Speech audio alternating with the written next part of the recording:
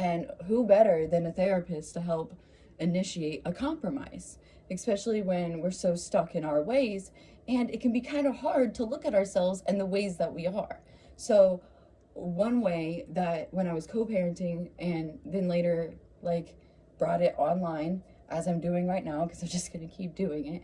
And I apologized over and over again for the way that I blog and was like, I've always been this way, I've always done this, I'm sorry, I'll make it anonymous, you know. But it was like, if that wasn't an issue, then it was something else. There was all these other issues before that one became the center focus. So I kept bringing up, like, the problems that had roots, that if we just dug them up, we could see, you know, how they came about, where they came from, and then we could try to, like, nourish that growth into, like, a more positive direction, like getting a new pot. I don't know, I'm using some metaphors, but like replanting the plant into a different pot, transplanting, transitioning. There's an issue with transitioning. When we pick up and drop off kids, that was the issue. Like, where I was just like, we could just do it the same way every time. The kid would be able to calm down easier and quicker, because the same thing, like, it's predictable routine, and kids are going to feel safe and at ease if they know the same thing is going to happen each time.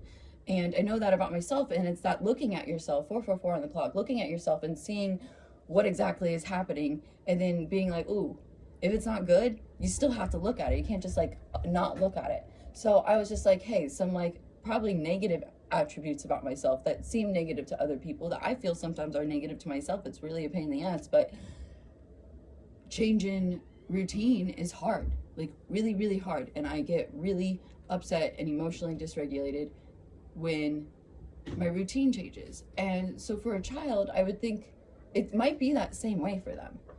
And I just wanted to have a conversation about how we can make it easier for the child, but also for myself, because and so then the argument became, well, this is how I do it, and this is how it's easy for me. And I was like, well, this is how I do it, and this is how it's easy for me.